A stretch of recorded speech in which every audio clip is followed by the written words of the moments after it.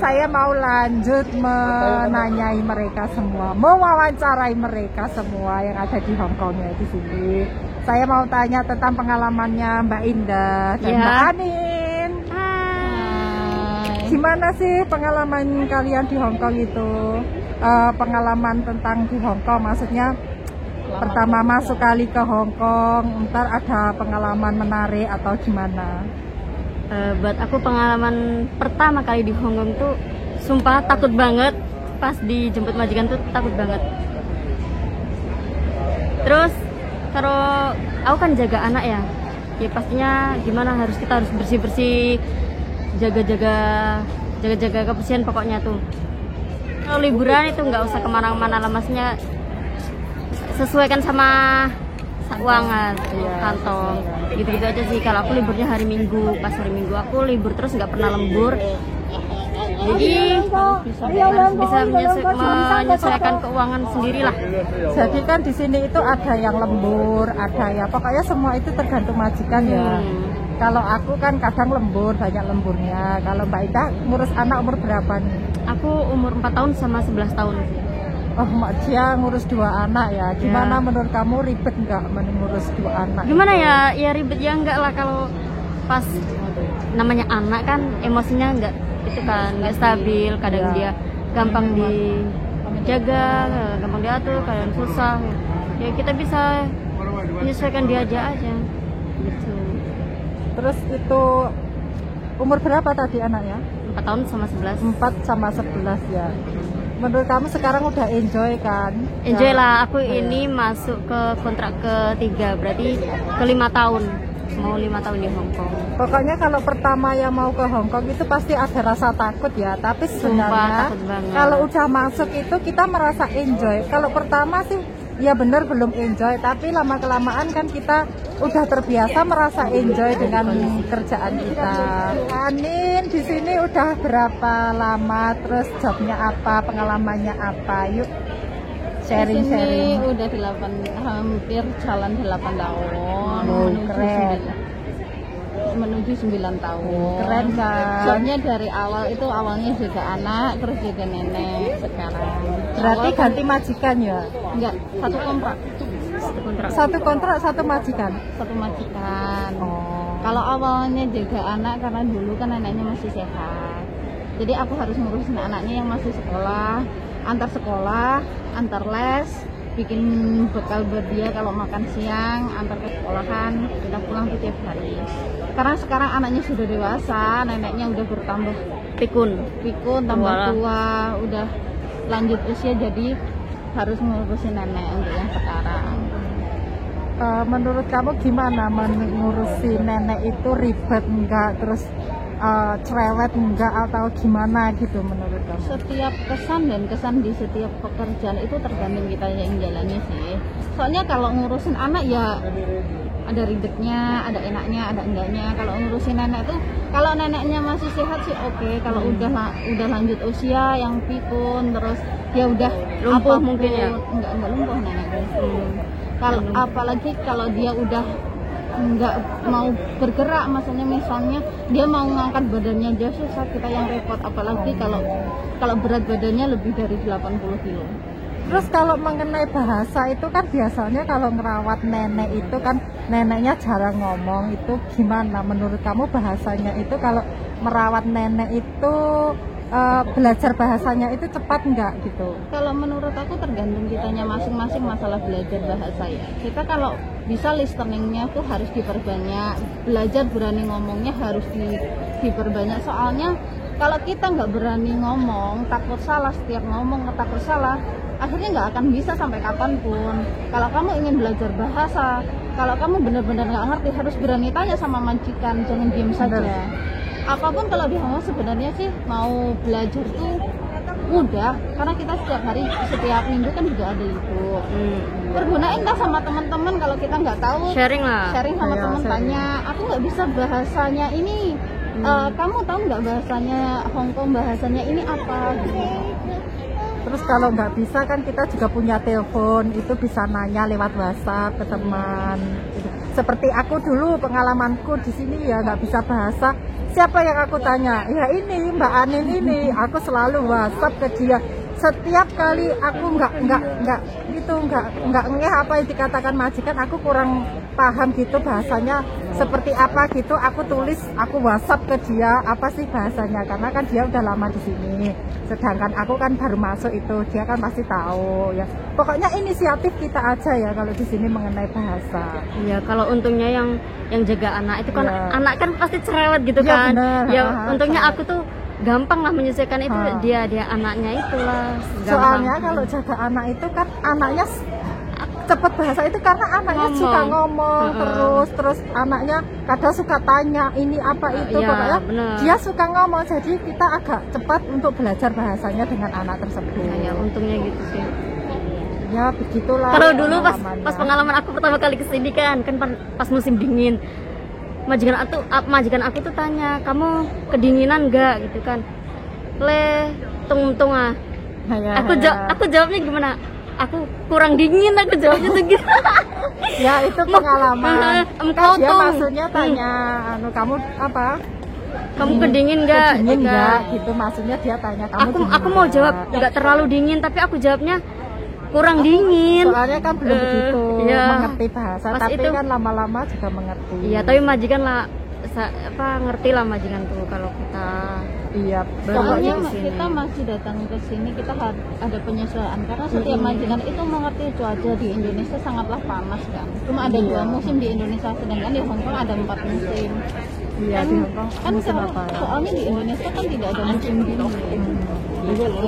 Jadi ya aku dulu juga pertama kali datang ke Hongkong pas waktu musim dingin. Pokoknya tapi untungnya majikan saya pakai bahasa Inggris, saya tahu. Pokoknya di Hongkong itu ya sedikit-sedikit ada sih bahasa Inggris, tapi kalau yang bisa bahasa Inggris pun harus belajar bahasa Hongkong ya kan. Iya, kadang kan nenek kan nggak bisa kadang. Kalau apalagi yang jaga nenek ya itu wajib banget untuk belajar bahasa Kantonis, soalnya nenek itu kebanyakan nggak bisa bahasa Inggris, ataupun kalau ke pasar itu ya banyak juga yang nggak bisa Inggris. Ataupun kita kalau bisa bahasa Mandarin, kita juga bisa pakai bahasa Mandarin, karena kebanyakan orang Hongkong yang dipakai 3 bahasa Inggris, Mandarin sama bahasa asli Hongkong Kantonis.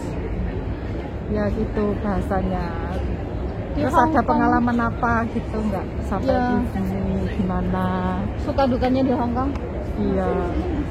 Apa sih suka dukanya di Hongkong? Gimana?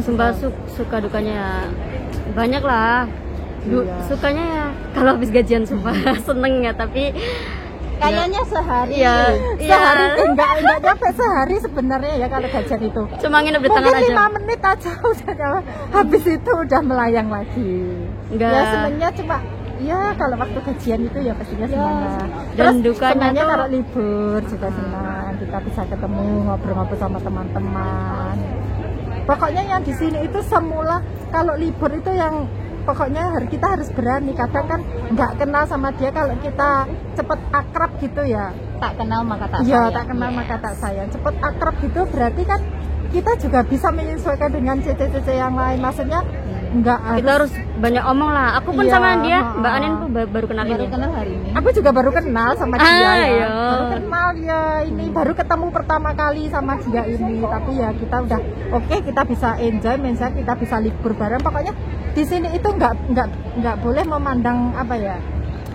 Dia teman gimana gitu. Pokoknya nggak bisa memandang apa, jangan memandang sebelah mata sesama teman. Jangan memandang sebelah mata. Ya itu tak kenal maka tak sayang. Kadang kan ada juga yang minder, Beb. Iya. Ya juga kadang ada juga yang minder. Udah lama di sini. Iya. Dia udah lama, aku diam aja lah. Tapi sebenarnya udah lama nggak lama di sini tergantung sama sebenarnya orang. Semuanya sama. Kita gajiannya juga setiap bulan, makannya setiap hari, makannya juga nasi. Tapi juga ada loh yang sombong gitu. Kalau dia udah lama di sini itu ditanya anak baru itu gimana ya, agak sombong gitu jawabnya, kayak kayak emle itu apa emle? Kayak tidak hirau. Cuek, kayak cuek agak gitu. cuek. Kalau di sini kan kayak emle, bahasanya emle gitu ya. Kayak cuek gitu bahasanya. Tapi kalau kita ya alhamdulillah kalau bisa jangan sampai kita sombong ya, karena kita di sini juga sama semua ya, sama-sama bekerja, sama-sama bekerja di rumah majikan, sama-sama mencari rezeki ya.